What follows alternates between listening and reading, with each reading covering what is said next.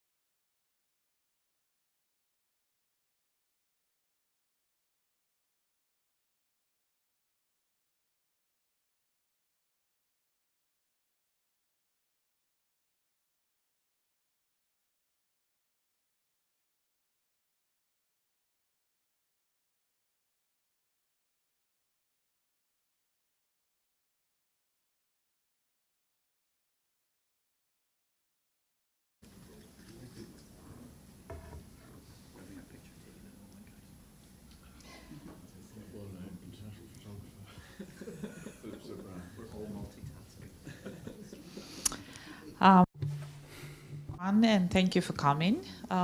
So today we have not very usual briefing, and we will try to understand how our partner governments and our partner countries are making decision about supporting Ukraine, and what is the vision of our partner countries and those people who work in analytical sphere in some university think tanks, how they see the developments which are going on in Ukraine, because traditionally for UK government, for US government, the influence of think tankers and influence of academicians are very substantial on formulating the policy. And we have our guests here, Sir Hugh Strachan. He is a professor of international relations at the University of St. Andrews and is an advisor for the Parliamentary Committee on Defense. We have here also Stephen Getins, a professor of practice at the School of International Affairs and former parliamentary member of the UK, and Mark Vore, professor of practice in international relations. Yeah? I'm a senior lecturer in international relations. Okay, so yes, sorry, senior lecturer. Yeah, and so probably you will tell a little bit more about your experience and what experience you have in working with the government, with different governments, and then we'll come to Syria of the answers and questions. And of course, I'm welcoming you in Media Center Ukraine, which I forget to tell. And my name is Elena Frolova, and I will moderate this discussion. So, Stephen? Yeah. Shall I take? Yeah, Mike. Is this working? Good. Can I firstly say what a great pleasure it is to be at the Ukraine Media Centre for us, and actually thank you, journalists, for the really important and often dangerous work that you do in covering this conflict in your country. It's such an important role that you all have to play. So I just wanted to thank you for everything that you're doing as the media, and it's a great pleasure to be here today. My name's Stephen Getins. I'm a professor of practice at the University of St. Andrews. We're all here from the University of St. Andrews. We're in the city where St. Andrew came to preach, from the town where his bones have been laid to rest. So you see these connections between our small town in the east coast of Scotland and in this ancient capital of Ukraine. I've been to Ukraine several times. I was first here during the Orange Revolution as an election observer, and then I was one of the members of parliament who worked on Ukraine after I got elected, firstly to raise attention to the initial the annexation of Crimea, the illegal annexation of Crimea, and the invasion in the Donbass. And I visited several times, was a member of the Ukraine-British Parliamentary Friendship Group, travelled to the Donbass with your parliamentarians. So I think we'll get into the questions today, but it's a real privilege to be here in what for many of us who love this country has been a very, very difficult year, and we've been speaking to people about how best the West can help and how we can help shape that debate and discussion which is ongoing in our countries. Hi, I'm Mark Vore. And I'm a senior lecturer at the University of St. Andrews. I'm also a British Academy Fellow providing certain advice to the British government, but I'm speaking here purely in my academic and university capacity. What I say reflects no government policy of any government. As soon as this conflict broke out, myself and Sir Hugh, with other colleagues, established a Ukraine working group that pushed for more aid to Ukraine, because in many ways we saw this as the most significant threat to the world order and to the liberal democratic order that has occurred since the 1950s. And we regarded the world's provision of greater assistance to Ukraine as absolutely essential for where this world is going. And we're heartened to be here on the ground and to see what you, a remarkable people, has achieved against all odds and against many expectations. Yeah, so Slava Ukraini. Героям слава. Good afternoon. As you've heard, my name's Hugh Strachan. I'm actually a military historian. In other words, I understand the past. I hope I understand the past, rather than I'm meant to be expert on the present, let alone the future. I used to be professor of the history of war at the University of Oxford, where we set up and ran a program which continues to run on the changing character of war. So my claim to any sort of expertise is to do with war. Increasingly that has been, partly because of Iraq and Afghanistan, but now of course above all because of Ukraine, understanding war in contemporary contexts. I have had roles advising government in the past. I'm not currently formally advising the government in any aspect, and I should make that point clear. And as you've already heard, I advise our parliamentary committee on the National Security Strategy, which is essentially a committee of members of the House of Commons and the House of Lords who examine government policy in this area. Okay, yeah. So let's shift to the questions probably. One of the questions which I'm always asking my foreign colleagues, how it happened that most of the academics or think tankers were so mistaken in their evaluation of the possible threats, of the possible types of war which will be conducted, because we've heard many that there could be no conventional war, that the tanks battles are out of the list, that artillery battles are old-fashioned. How it happened that we were so wrong about all this? How it happened that the governments principally were not ready to even to formulate their plan B for the situation which happened? Do you want me to answer this as I'm holding the mic, and then I can pass it over to my colleagues? Yes, with pleasure. And because it is a question I considered long before 2022. I was as amazed as you feel now about 10 or 15 years ago that our view of conflict had become so conditioned, partly initially by the effect of 9/11 and the effect of terrorism. Indeed, when we set up the program at Oxford on the changing character of war, I think those who gave us the money thought that what we'd be looking at was international terrorism. In fact, what we found ourselves looking at for most of the time was insurgency and counterinsurgency, because Iraq and Afghanistan became central to our activities. And I remember frequently saying in that context, not least when I was talking to people in government or to the armed services, we should never underestimate the possibility of war as we understood it in the past. Europe's own sense of security seems extraordinarily odd to me, because this is in defiance, if you like, of historical experience.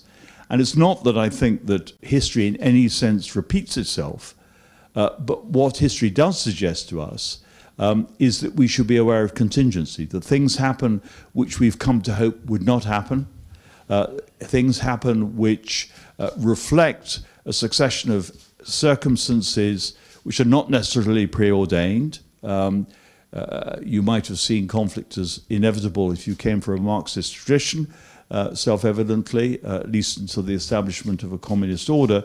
But there was a way in which within Europe there became to be an expectation that war had ceased, and that of course extended in part to the United States, that democratic order would essentially provide international order and provide perpetual peace. I saw no reason to be so optimistic.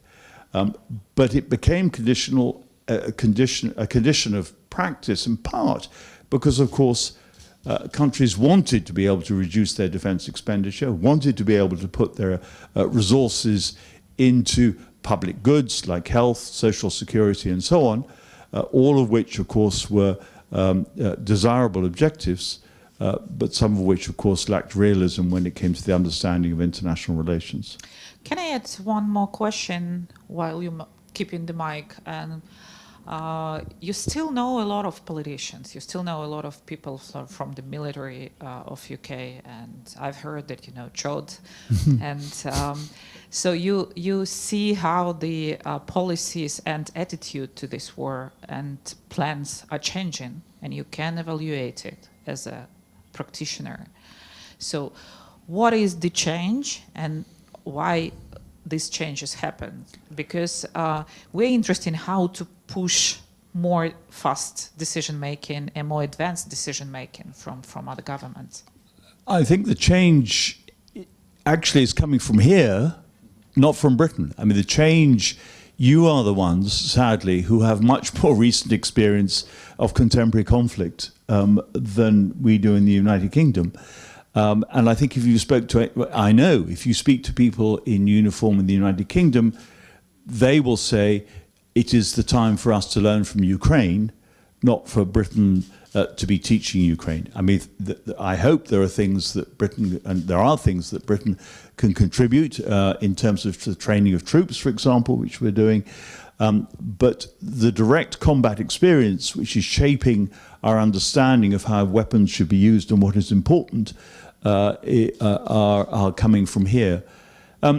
Much of the press reporting in the United Kingdom, and it's coming, of course, from what is said here in Ukraine, is that this war looks like the First World War, and it happens to be a war in which I've worked a great deal for a great deal of my career.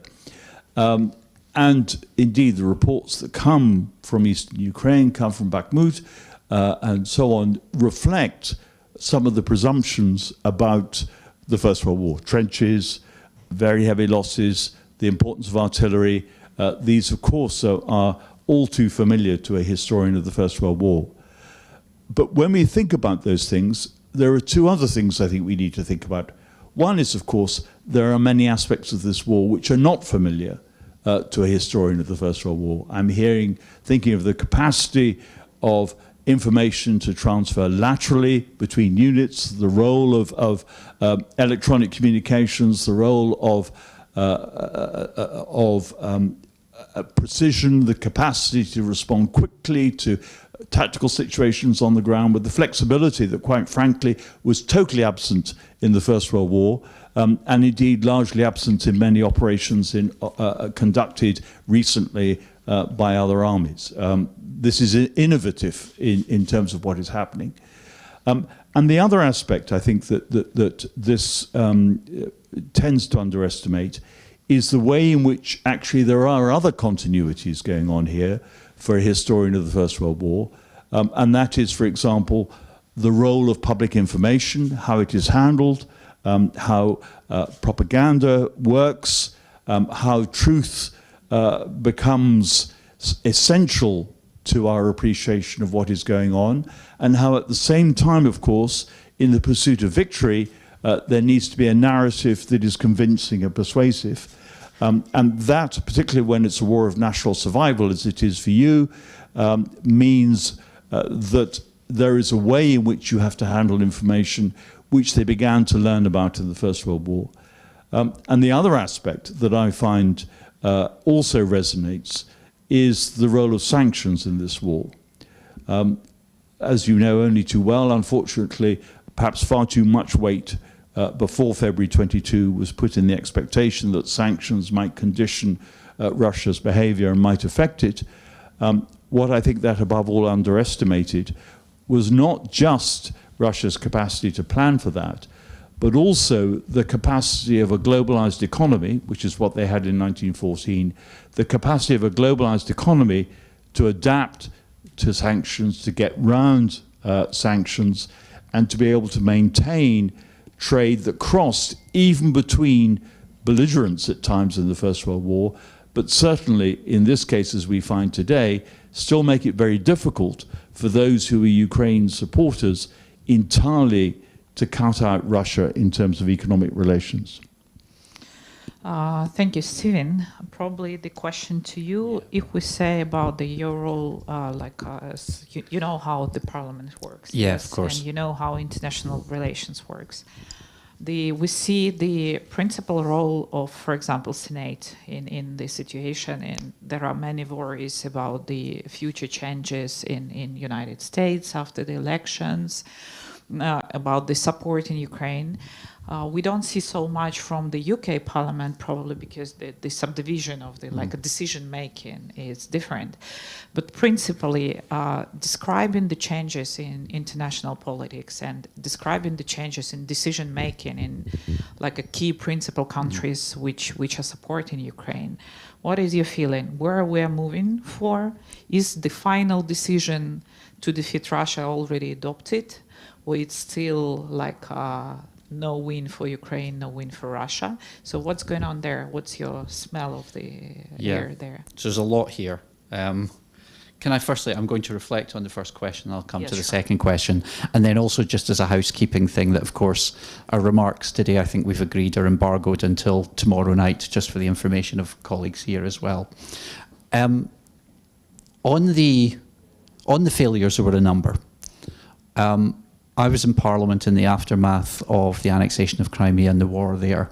And even though I think it's fair to say the UK has done a lot of good things since February last year in terms of getting the arms in so that Ukraine could defend itself, I think we all need to reflect on our failures.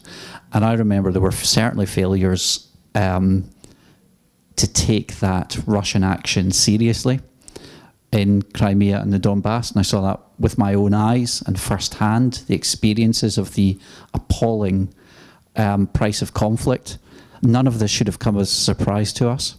We'd seen with Russian actions in Aleppo, the bombing of Aleppo, the bombing of Gori in Georgia, the flattening of Grozny within Russia's own borders, what this administration in Moscow are capable of. And if they're capable of these kind of acts of inhumanity on their own people, then they're certainly capable of it on other people, as people in Ukraine are far too well aware. So how did we fail? We failed in a number of ways. We failed in terms of our discussion and debate. We failed in terms of the polarisation and disinformation, where perhaps there were elements of naivety in every single political party in the United Kingdom Parliament, had some failures in this area of disinformation. We failed in finance and the dirty money that was flowing through the London financial markets, which there are still areas where much more work needs to be done on that. War is not just about military hardware. War is about the finances. War is about the spread of information. It has been thus, I'm not a military historian like Hugh, but this has been the case of conflict since the dawn of history, since the dawn of civilization. In terms of how we improve it, not every academic got it wrong. And I'm pleased to say at the University of St Andrews, for example, a number of my colleagues, Mark and Hugh, were amongst them. But I'd also look at the work of people like Kristen Harkness and Professor Phillips O'Brien, who did some very significant work on this from the early days, who I can remember in the early days of the war were saying, the Russian army, you've got it wrong in the Russian army. Now, why was that information important? That information was important because we needed to send out the information that Ukraine could defend itself, that we should not roll over to Russia. Information counted in those early days. Where's the debate now? The debate now, certainly in the UK and elsewhere, is pretty firmly behind Ukraine. That said, there is always a danger of fatigue, always a danger. And I have to mark out that your MPs of all political parties in the Rada have been very effective in getting the message out there and campaigning. And I would say, please let your civil society and your members of parliament travel, because they're incredibly effective advocates. Although the debate is better than it was, when you're a politician, you have so many different challenges. You know, you have your domestic problems with a cost of living crisis. You have the issues that your constituents contact you about. So you always need to be challenging and making sure that Ukraine is as far up the political agenda in every country that supports it as possible. On the what happens with Russia, I think we have to maintain the position that Ukraine must win. And I heard people talking about negotiations. And I remember hearing a Ukrainian colleague saying, well, of course we can have negotiations, but the starting place for negotiations is that Russia is on Russian soil and Ukraine has control over Ukrainian soil. And we're not in that position yet. So there are actually some very simple messages. And my advice would be, keep on talking about the simple messages and repeat them. Yeah, I was observing the changing of this discussion from that Ukraine probably will lose, Ukraine probably will win, probably Ukraine will win and defeat Russia, but the Western politicians are not ready yet to speak about the future Russia. Yes, what we should do to eliminate this threat for not for 10 years, but for at least 100 years. And the Ukrainian expert community is already in this discussion. We at least look at variants. What's happening in the community in UK and in political levels? Well, before I bring in my colleagues, and I'm happy to, my advice is not every debate needs to happen in the political sphere.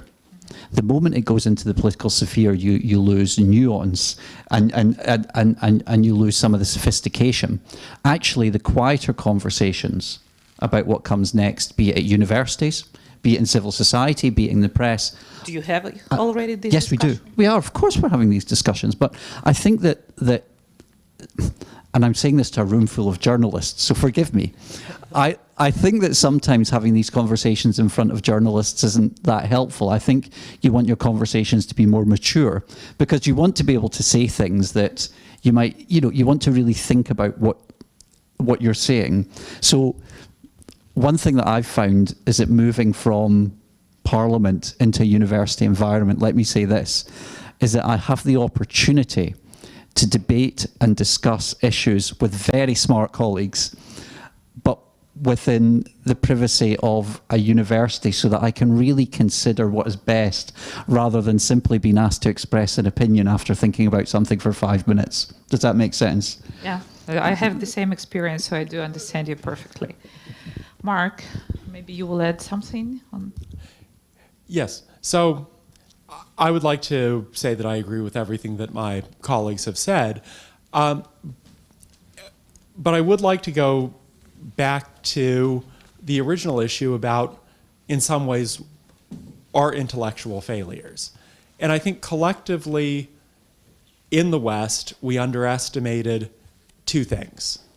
We underestimated both how revisionist the current Russian government is, the extent to which it was prepared to use force to try to reestablish something of an empire, and we underestimated how irrational it is. Scholars in the West, politicians, did not believe that great power war or significant war was likely because it's fundamentally very difficult for one large country to try to attack and conquer another large country whose population doesn't want to be dominated. Yeah. In the United States, United Kingdom, we've just faced decades of insurgencies against our forces when they went into societies that did not necessarily want them to be there. Looking at that and looking at the economic cost in terms of sanctions that Russia would suffer if it invaded Ukraine, we said it would be irrational for the Russian government to invade Ukraine. Therefore, they won't do it. We overestimated their rationality or we underestimated their irrationality. So I think those are two of our biggest cognitive failures. Now, I think that ties into the issue of how to debate Russia's future. And the challenge that we have to think about is, how do imperial ideas, how do imperial identities die or get revisited? And unfortunately, oftentimes the process is a long one, and it's difficult to foresee exactly what contours it takes. Okay, so my last question, probably before I give the floor to journalists, is still about the future. Ukraine is obviously becoming a regional power. Even in the situation when we lost economy, we have so many human losses. 1/3 of our population are refugees now. So still, we are influencing decision making very much, and we will continue to stay in this position because we need to restore the country. We need to guarantee a sustainable peace in Europe. And the discussion when we hear that, well, probably it's not the time to discuss the Ukraine in NATO or in EU, is like a little bit funny for Ukraine, because if NATO rejects the biggest and the strongest army in Europe to be a part of them, so we always have an alternatives. But what is the future? How you see it? Because there are many discussions about possible alliance between Poland, Ukraine, Baltics, and UK, or some other alternatives, or Black Sea alliances. So how you see this future of the security system configuration for the next 10 years, for example, not so long period? Today, Ukraine sits at the epicenter of the debate and discussion on the future of Europe. It is the heart of the debate and discussion on the future of Europe. This is the front line for democracy. It's the front line for freedom of speech. And this is something that matters to every single citizen in a democratic society. Yes, in Europe in particular, but in the rest of the world as well. Your future is our future. Our future is tied up with your future. This is pivotal. That's one of the reasons why we're here today. It's one of the reasons why we've taken the time, and it's always good to be back in Kiev. It's a difficult time to be back, but it's always good to be here. And the richness of your debate and discussion is heartening. What makes decision making in a democratic regime better than a decision making in an authoritarian regime? Well, you see it right here between Russia and Ukraine. When Ukraine, you're having a rich debate and discussion with a free press. You respect each other, hopefully, when you disagree. That makes for a better decision-making regime in terms of why we should care. Ukraine's future is European. Our future is European. And it's been really interesting to see that endpoint so clearly set out about where Ukraine sees itself. From a NATO perspective, and my colleagues will be much more insightful in that than I am, we're going to be learning from Ukraine. Ukraine is fighting a hot war right now in a way that the rest of the West hasn't. Now, one of the things that I hear when I hear, well, should we just be talking to the Polish, the Baltics, the British? They count. And actually, the fulcrum of decision-making is shifting east, because if you speak to friends in Poland, the Baltic states, Finland, and I know this will come out tomorrow, but which, when we recorded this, is joining. We welcome the fact that they have joined NATO today, extending NATO's border with Russia. Things are shifting. Those of us in the far west of Europe, and I come from the far west of Europe, you and I both come from the far west of Europe in Scotland, this is our neighbourhood as well. And these are the people that have been posed an existential threat from Russia, and they're inside NATO. So Ukrainian membership of the EU and of NATO can only enrich the rest of Europe. And there'll be a lot of hard work. There'll be a lot of hard work. Any of the countries that have joined the EU will tell you that. But every country that has joined the EU and joined NATO has got safer, wealthier, and more stable. It's the countries that leave that become less stable and less wealthy. This is the future of Europe. I think the big question is not whether Ukraine will join the EU and NATO, but when. The question is one of timing, and obviously that's crucially important to you. And as you know, it's complex for both the EU and NATO, partly because of process, partly also because you're a country engaged in war, and NATO's immediate response, particularly NATO's immediate response, was it was hard to accommodate an ally that was already at war, because that, under Article 5, would immediately engage the other countries in war. What you've seen since February 2022 is a gradual alignment from those countries to the point where the President will himself describe our allies as allies, when, of course, the point before February 2022 was we weren't allies and therefore we couldn't act.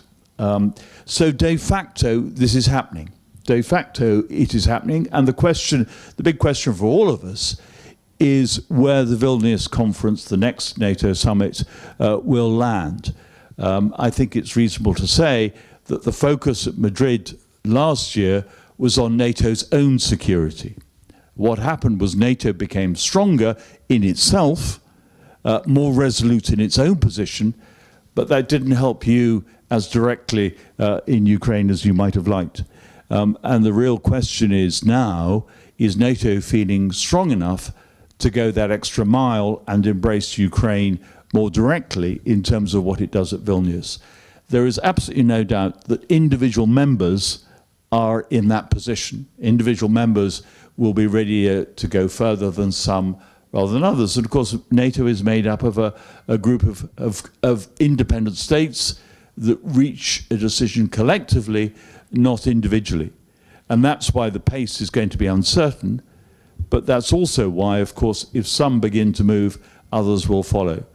And I have no doubt that if we're looking at a future security architecture, whatever date that will be, that Ukraine will have to be part of it. Not least because you yourselves are qualifying Ukraine to be part of it.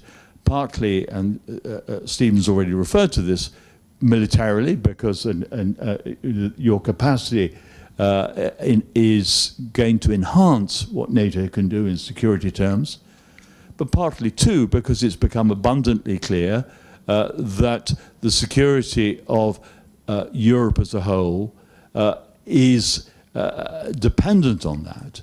That argument was accepted progressively during the 1990s in relation to the Czechoslovakia, as it was then in relation to Poland, and then due course to Romania, and then above all, of course, the Baltic states, in terms of that progression.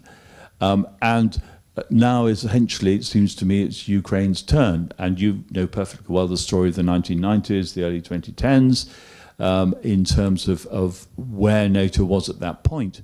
But part of the reason for that position within NATO, and I think it's important to remember this 30 years later, the situation has changed from 1991.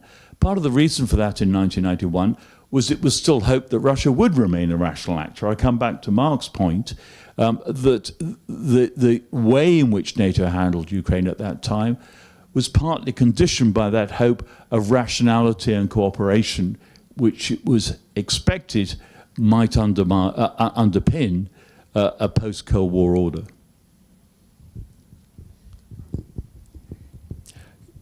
So I have very little to add to what my colleagues have already said, except Ukraine is proving on a daily basis how valuable of an ally it would be. And in some ways, how more desirable of an ally it is than some existing NATO members. NATO is a complex organization, but a lot of Europe and a lot of your friends across the Atlantic now recognize that much of the security of Europe and the transatlantic relationship and alliance has its epicenter here. So I agree with my colleagues that I think it's a matter of when and not if. Okay, so we are open for the questions, and please do not forget to name yourself. Yes, Ukrinform, Ivan Kosakin. I have a question about a topic that distinguished speaker Delors brought up, about the future of Russia. I personally see a division in thinking about it between Ukraine and some Western leaders, because in Ukraine, no one doubts that Russia should become a national state and lose all its colonies. while in the West, some people are afraid that Russia will become a Yugoslavia 2.0 and there will be a civil war with nuclear weapons. Are you scared too? Yes. And in addition, should there be a common discussion with Russia about the security in Europe? Is Russia, after the war, deserve to be a participator in these discussions, or should it be an object of discussions? Thank you. Does Russia scare me? Russia's invaded its next door neighbour in a pretty disastrous way, and this has been costly for people in Ukraine, and it's been costly in terms of Russian lives as well. So a government that is capable of doing that to its own people scares me. Why does Russia think all of its neighbours seek the security of NATO? Why does Estonia, Latvia, Lithuania, why is Finland joined today? They seek the security of NATO because, for a number of reasons, but they're scared of Russia. And for anybody who's left in Russia being thoughtful about their own country, the way in which you're perceived by your neighbours is very important. Now, in Soviet times, I understand the Scots poet Robert Burns, our national bard, was very widely read. And Robert Burns said, "Oh, to give us the gift to see ourselves as others see us." What that means, and forgive me to those who are trying to interpret this at the moment, is a Scots phrase. It's a Scots language term which means, "Oh, what a gift if we could see ourselves as others perceive us, as others see us." And I think Robert Burns has got an important message for us all, and it's got an important message for all of those in Russia, where Burns is widely translated. Look at how you're perceived elsewhere. Yes, we're scared of what you're capable of because we know and we've seen what you're capable of. I think that the fears of Russia becoming a nuclear-armed Yugoslavia 2.0 are greatly exaggerated. I think that's a fundamentally unlikely scenario, and we've seen Russia endure multiple shocks in the past without that precise scenario occurring. Now, in terms of whether we need to bring Russia into discussions about the future of a European security order, yes, in the fullness of time. But for Russia to be an active participant in those negotiations, Russia needs to be governed by a government that fundamentally accepts national boundaries and the sovereignty of the countries that emerged from the dissolution of the Soviet Union. A dialogue with Russia, given its current revisionist aspirations at this moment, I don't view as particularly fruitful. But I hope that eventually we will get to that point where Russia can be a true partner in discussing the future security of this broad region. When a war is going on, it's very hard to talk about negotiation, particularly a war of national survival, because any suggestion of negotiation is a suggestion of weakness. There nonetheless remains a point when a war has to end and there has to be some relationship between neighbouring states, whatever that might be. And that involves negotiation, even if the victory is absolute. In 1945, Germany had to accept that it was ending the war. There comes a point when even a defeat, as complete as that defeat was, means that the defeated party has to enter into some discussion about how the war will end. And in the end, of course, Germany was rehabilitated in the international community, just as Japan was. So, once again, we're up with the question of time and how that elapses. It's very hard for us now to jump to that moment, precisely because we're not there. And we won't get there in terms that make sense if we aren't committed to fighting this war. But equally, if we're not aware that that must be the ultimate destination if we want a peaceful world, then we need to think how we're going to achieve it. We need to be aware as to where of the destination we're trying to seek.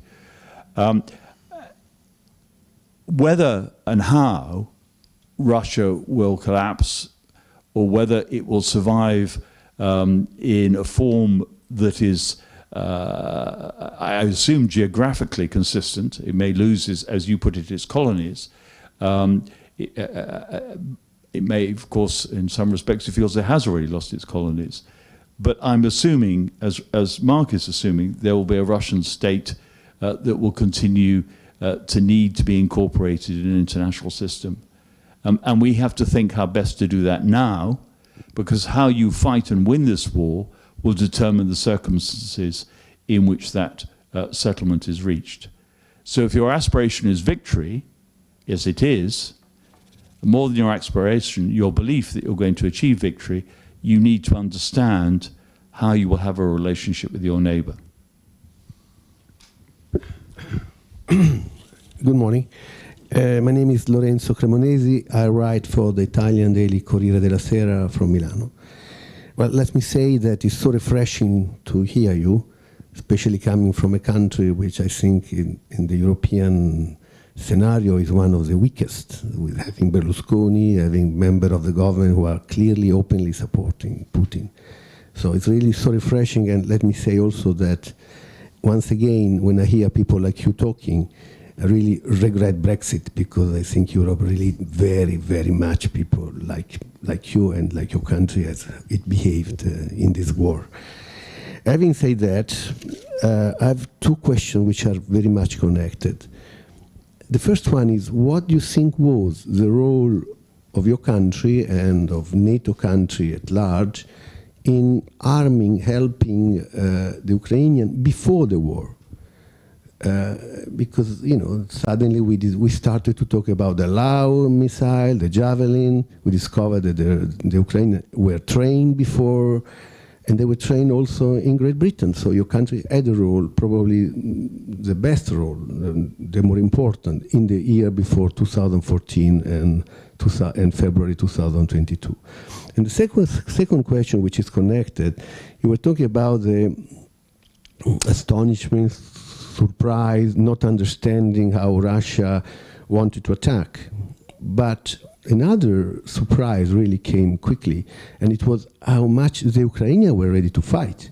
And please, allow me to remind you that from Washington to London to Germany to Rome to Europe at large, in the Western Front, the majority of the experts, so-called experts, military attaché, they were saying, no way. Russia is going to take Kiev. Russia is going to win. I remember myself calling my office here, from here, saying after the Battle of Hostomel, which was immediately after the beginning of the invasion, let's write a story, an editorial saying, and if Putin loses? And the answer was, you're crazy. From Pentagon, they're saying, in few days, Biden appealed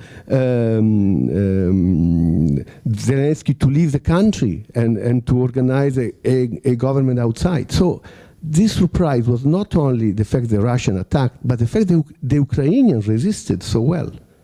Thank you. Yeah, so first of all, and I'll say this in a personal capacity, I fought very hard against Brexit, forgive me to the Ukrainians, but just to respond very hard, voted against it, campaigned against it. And I think that the UK, you know, this is a personal view of mine, this will come as no surprise to anybody in the UK. I think the UK will eventually end up rejoining the EU. In what status, or in which of different parts rejoin at different times, is another question. But the EU is the future of Europe, and the Ukrainians have recognised that. On the question of, and I'll leave some of the military issues to my colleagues, and Hugh will have some insights in particular on this. On the question of previously, I think there is no doubt that mistakes were made. I will refer, you know, that's why the work of some people, and I'd refer you, if one of my colleagues back at the University of St Andrews, Professor Phillips O'Brien, has a very good Substack and did a lot of work on this initially in the initial aftermath and sort of day one of the conflict. Professor O'Brien was saying, the Ukrainians are fighting and the Russians won't get to Kiev, and he was a very lonely voice at that time. So there were people talking about it, and I'm proud that people talking about it were members of the same university team as we are. So this was being looked into.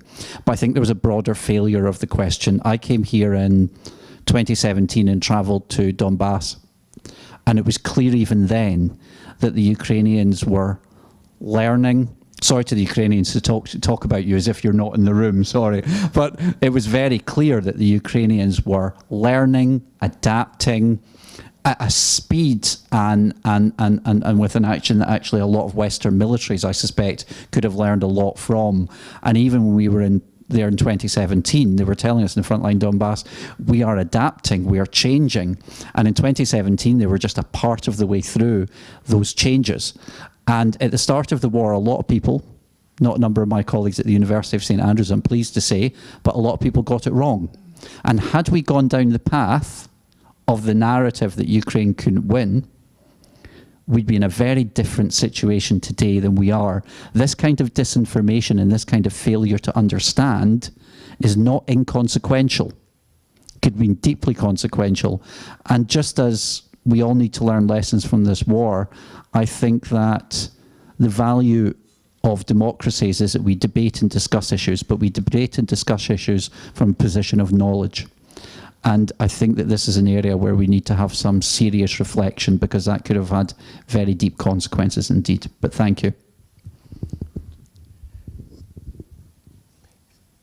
Those were a very good set of questions that you posed to us. And in terms of the armament of Ukraine by the West between 2014 and 2022, we provided some weapons and some training, and that helped achieve what was achieved in February and March of last year. But it wasn't nearly the amount that could or should have been provided. Had NATO members provided more fulsome and aid prior to 2022, Ukraine could have absolutely smashed the Russian army in those first several months of the war. And the fact that we didn't provide more aid, I think, reflects two systematic mistakes in Western analysis preceding the war.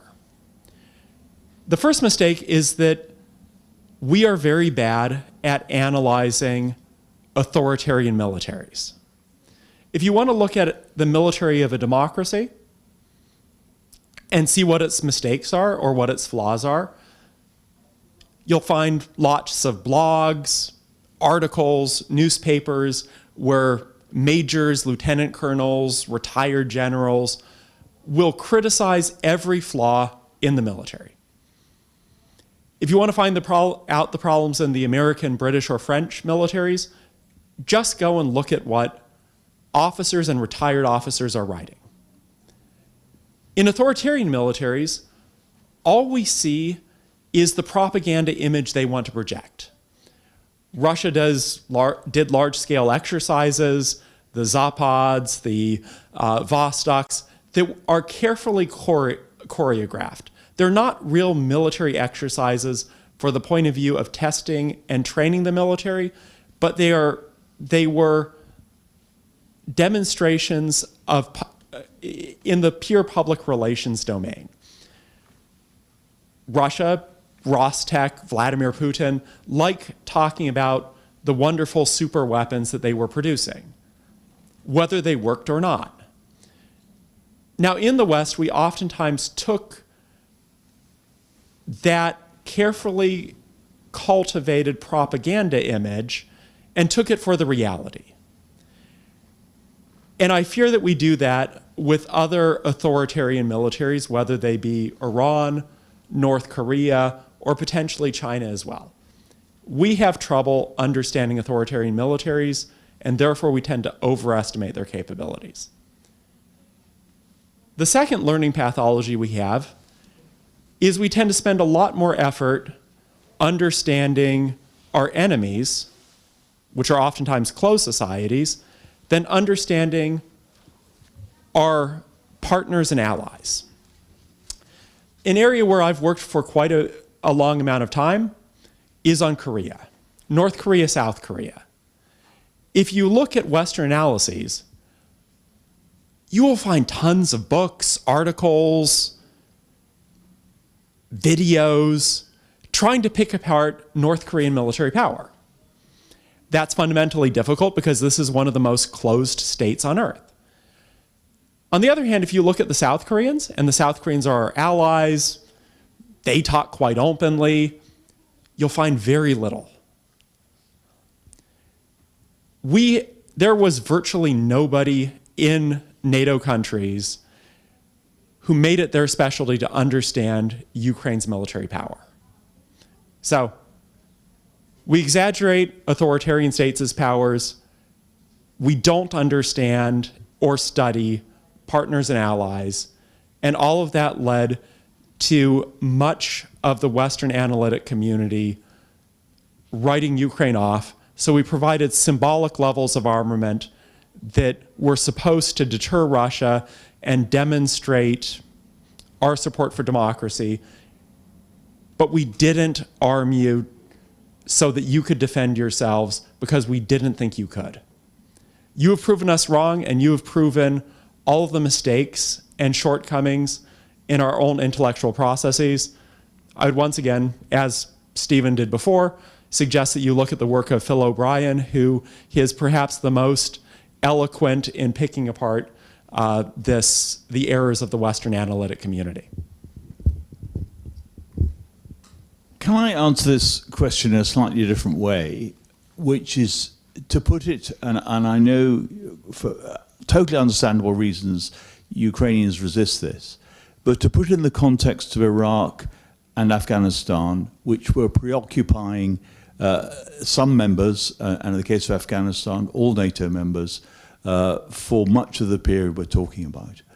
And I do that for a number of reasons. The first reason is that the experience of that made member countries very wary of involvement in other operations. There was a concern that what had been a well-intended campaign, particularly in relation to Afghanistan, had rebounded and made the prospect of using armed force deeply unpopular in a domestic context. In other words, the response after 2014 was there, but was lukewarm and not sustained. So orbital, as it was called in the UK, that the advice that the UK was ready to give to the Ukrainian Ministry of Defence was well meant insofar as it went, but it did not amount to an effective deterrent. And indeed, of course, there was a spectacular failure of deterrence, collectively for NATO and individually for the member states in February 2022. But also, there were other odd assumptions that came out of that. One was, and I think this is the extraordinary one, a presumption that a population that was invaded would not resist. Given the experience of Iraq and Afghanistan, I find that staggering, because in both cases, the population did resist. The population may have divided in the process, but very clearly, the United States was not welcomed as much for toppling Saddam Hussein within Iraq as it expected.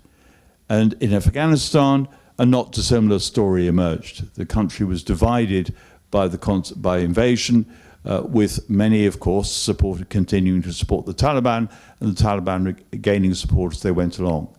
The fact that a democratic country within Europe with very different levels of literacy should be ready to resist should not have surprised anybody at all. But it did seem to surprise some people. And the second extraordinary assumption within this was the assumption that Ukraine would fight, but it would fight as an insurgency because the country would be so quickly overrun. And that was the assumption that I found absolutely extraordinary in February and March 2022, because we had just seen how fighting an insurgency actually tears a country apart as more than it puts a country together. That, of course, Ukraine could have rallied and fought a successful insurgency, assuming Russia had achieved the objectives which it seemed to want to achieve in short order. Of course, Ukraine could have done that, possibly with a government in exile, possibly with insurgent groups using the natural opportunities provided by the terrain within Ukraine, and indeed a strong tradition of partisan warfare. But the consequences of that for the state and for the nation would be catastrophic. And consider, that as an alternative scenario compared with the reality of today, which is that we're sitting here in Kyiv, not in security, but in a situation where we can have an ordered conversation and know that we can do so with freedom and openness. And the point I would draw from all this is that what we spent a lot of time doing between, I'm talking collectively across NATO and probably also across the EU, even if Britain is no longer a member, but we spent a lot of time putting orders into place which sort of assumed that institutional structures would do the job for us. And as a military historian, my immediate observation is alliances are designed primarily for the purposes of mutual support in times of war. And what makes alliances work, what gives them life, what gives them breath, is the fact that they share interests and they're ready to fight together for those causes. And you don't test that in times of peace. It is very easy to become a member of NATO in time of peace. It is much harder to live up to that in the context of war. But war is ultimately what the test that an alliance has to meet. And the result, of course, is that we are having a conversation about Ukraine that is different, precisely because war has provided that test. Good afternoon, Igor Brelyan. I'm Inform, so I have two questions to you. The first one would be about the role of non-military factors in the Russian-Ukrainian war. And the second one will be about the impact of the war on the reforming of British defense sphere. Thank you. Non-military factors. Okay. Do you want me to address the military? Well, I've got the mic. Shall I start doing that? Yeah. I think the shorter, in answer to your second question, that is an ongoing process. There is the challenge for the United Kingdom in that it's had both an integrated review and now, of course, an integrated refresh, which has just been published. And we have a post-Brexit Britain which has committed itself to a global role in terms of understanding what it's doing in terms of defence and security. And clearly, what has happened in Ukraine has presented a challenge that gives Britain the obligation to make quite clear that it has a European focus at the same time as having a Pacific focus. And that debate is not resolved, partly because it's requiring us to be in two places at once. It's requiring us to have greater capability than we currently have. It is a problem to which the Navy finds itself easier to respond because of its inherent flexibility. But even there, you can't have a carrier strike group in the Pacific and simultaneously in the Atlantic. And indeed, you can't optimize a carrier strike group to perform in the Pacific and leave it optimal in terms of its performance in the North Atlantic or indeed in colder waters. So there are challenges even there. At the moment, most people in defence would say we're not making a sufficient contribution in terms of increasing defence expenditure. And most of what has gone in defence expenditure has been increased by this government, the current government. But in many respects, it's making good the cuts that have occurred over the last decade rather than actually enhancing capability. And I think there remains a big problem, and it comes back to answering in part your first question, which is how do you imagine fighting in the context of a land operation? And much of that in the integrated review was conditioned on the assumption that you would fight from a distance, that you would provide, you would be able to mass fires, but you would not need mass in terms of personnel on the battlefield. And of course, there is a trade-off here between, which Ukraine has experienced itself, between acquiring precision and effectiveness in terms of fire and needing mass in order to cover the amount of terrain you're having to defend. And for Britain, because it's assuming still that it'll be fighting in an expeditionary fashion, that it will not actually be defending its own territory, that if it's fighting a land operation, it'll be doing so on somebody else's territory. It assumes much of that mass will come from allies rather than from its own firepower. I don't think that assumption has really been changed, and I don't think we're necessarily having that debate. So as far as the response to your first question is concerned, at a tactical level, a great deal is being learnt, precisely because of your capacity to integrate the armed forces in society, to integrate civilian expertise with military expertise and produce viable solutions, to learn as you do, to learn as you go along. And we have no experience of doing that. You have experience of doing that and showing how it can be done. But we're still also having a debate which has, I think, a long way to go. It was promised in the integrated review about how we understand national resilience. You're showing what national resilience involves. We have tended to understand national resilience in terms of how we think about climate change, how we think about responding to natural disasters, not so much in terms of generating capability for war.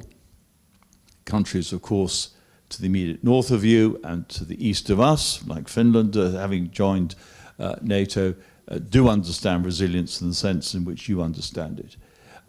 There are those in Britain who are saying we need to understand resilience in those terms, but I think while we enjoy the comparative security of both distance and the sea as a divider, it'll be quite hard to get that discussion going in any meaningful way in Britain, at least in the foreseeable future.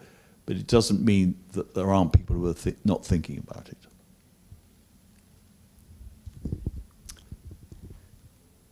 So I would like to highlight 3 non-military factors that I think that this war has shown are absolutely strategically critical. The first is the strength of a democracy fighting in the defensive. Foreign invasion has unified Ukraine. Democratic institutions make it possible for the government to know the depths at which it can draw upon the population to support the war, where on the other hand, your authoritarian enemy doesn't know how much popular support they actually enjoy. And we've seen this in the hesitancy of the Russian regime to call for mobilization, in its hesitancy to conscript the most educated middle-class parts of its population living in Moscow and St. Petersburg, and in the very inefficient exploitation of sources of military manpower such as convicts. A democracy fighting in a defensive war has strengths that an authoritarian state fighting a war of conquest does not have. And this is not the first time the world has seen this, but you have reminded us of it. Secondly, you've shown us the strength of a vibrant civil society. Some of the stuff that we're learning about this war, the way in which non-governmental organizations, associations have crowdsourced drones, have developed new technology, and have worked carefully with the front to innovate at a pace and in a way that one has perhaps not seen in previous conflicts, is absolutely remarkable and is a learning moment for all of us. And third, you've shown us the strength of a digitally connected society. What has drawn the West into supporting Ukraine to the level it does today?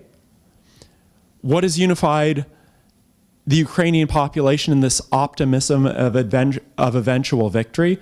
A lot of it is the activity of civil society activists, parliamentarians, and the like, tweeting, sharing on YouTube, reaching out over digital means of communication to individuals abroad to spread a message that has unified much of the Western world behind you. So I would say those three aspects, the strength of a democratic society fighting in the defensive, the strength of a vibrant civil society, and the strength of a digitally connected society are all non-military factors that you have proven to us are absolutely decisive in warfare. In terms of what lessons this war is going to provide for the UK or others, I'm not going to say anything about the specifics, but I'm going to say that these lessons are going to be learned over a substantial amount of time. If we think about something like the 1973 Arab-Israeli War, which at the time was considered to be the most important high-intensity war of its period, by the way, it was only 19 days long, the US military analyzed and reanalyzed this war, consciously grounding new military doctrines and documents in reinterpretations of that war's experience from 1973 up until 1982. So the process of drawing lessons militarily from that war took 9 years. So I think if one asks what lessons will the UK or other NATO militaries draw from this war, one really has to speak about a decade of learning, analysis, and debate that will take us to digest everything that we ought to learn. Thanks, Mark. Okay, I'm mindful of time. My colleagues have covered a number of issues. Let me just briefly, because I think we'll have to end this shortly. Do not underestimate this whole issue around an open society and discussion and debate. Just let me reflect briefly. In 2017, I travelled to Ukraine and to Russia to discuss this. In Russia, there was no disagreement. We were told where we could go. There was a lack of openness. And when we met with activists, democracy and other activists, we had to do so in secret, many of whom still bearing the scars of their most recent interaction with the police. When we came to Ukraine, there was an openness. People disagreed a bit, but there was a broad message. We went down and the state and the members of parliament allowed us to go and speak to some refugees in the Donbass, many of whom had some legitimate criticisms for their government. That is normal in a democratic society. Now, I'd spent time here, I knew the area, but with my colleagues who'd never been here, they went home with an opinion of Ukraine that was, this is a democratic society, because it allowed us the openness to interrogate our benefits and our flaws. So that I remember that lesson and that experience of my colleagues. You also, in terms of what you've done, some of your very effective communicators who are making a big difference. And from my own experience, you know, we hosted MPs such as Lesia Vasilyenko, you've got the Minister Andriy Shevchenko, activists who are previous parliamentarians, Svetlana Zaleszczuk, Alex Ryabchin, and innumerable others who have done a fantastic job in really communicating and telling people, because it's such a powerful message when you travel and they can talk firsthand of their experiences to an audience that is maybe looking at Ukraine from something of a distance. So that effective communication has been incredible. On the issue around the changes, I'm not going to focus in on the military. I've got to Dr. Vore and Professor Strachan who are much better versed in these things than I am. But on some of the other areas, this has changed Europe quite profoundly and we're on catch-up. The issue that right now food security and energy security need to be considered in terms of physical security. And we look at the impact that this war has had on food security throughout the world because of what was happening, because we live in a globalized economy, a joined-up economy. Ukraine gets invaded, your food supplies are destroyed, the global south starves. And then there are implications in terms of energy prices in the rest of Europe. We are interconnected. The UK has a challenge, and I think Hugh touched on this. European security is pivotal, and it's pivotal to our allies, and we underestimated the threat to our European security. Can the UK have a focus on the Indo-Pacific and Europe at the same time? I'm not sure it can. But these are lessons and discussions and debates that we will have to take forward. This is changing. Europe's changing and Ukraine is changing it, and the situation in Ukraine is changing it. And we're certainly not going away in terms of our focus on your country. We've still got an awful lot to learn over the coming months and years. The last question, and to be very short, we need to complete it, okay? Yeah, please. Дякую. Топілко Віктор, журнал. Topilka Victor, magazine from the State Construction. First of all, I'd like to extend words of gratitude to your country, to UK, and to you personally for this great support that you've provided to us and that we cherish so much. And it is with your presence that you provide this support. Now the question. I don't really like the long questions, but it's hard for me to have a concise question. So please, if possible, just try to understand my question.